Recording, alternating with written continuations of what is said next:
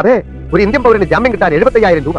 ഒന്ന് ഞാൻ തീരുമാനിച്ചു കഴിഞ്ഞു. ഇനി ഒരു ഒറ്റ പോലീസുകാരൻ എന്റെ കൊട്ടകയിൽ കയറി ചക്കാത്തിന് സിനിമ കാണിച്ചു ഒരെണ്ണത്തിന് ഫ്രീ പാസ് കൊടുത്തു. നന്ദിയില്ലാത്ത ജാതി. പോലീസ് സ്റ്റേഷനിൽ ചെന്നപ്പോ ആലുവ മണപ്പുറത്ത് വെച്ച് കണ്ട പാവം പോലും എന്തെങ്കിലും പറഞ്ഞാൽ അപ്പൊ തെറിയുവാ. 3 ടൈപ്പ് കണക്കാണ് നമ്മൾ സാധാരണ ഉണ്ടാക്കുന്നത്. ഒന്ന് ടാക്സ് വെട്ടിക്കാൻ പഞ്ചായത്തിന് കൊടുക്കുന്ന കണക്ക്, പിന്നെ ഒന്ന് പ്രൊഡ്യൂസറെ പറ്റിക്കാൻ ഡിസ്ട്രിബ്യൂട്ടർക്ക് വേണ്ടി ഉണ്ടാക്കുന്ന കണക്ക്, പിന്നെ ഡിസ്ട്രിബ്യൂട്ടറെ പറ്റിക്കാൻ വേണ്ടി ഒട്ടക ഉടമയായ ഞാനും റെപ്രസെന്റേറ്റീവായ താനും തമ്മിൽ ഉണ്ടാക്കുന്ന കണക്ക്. മനസ്സിലായോ? അതെ.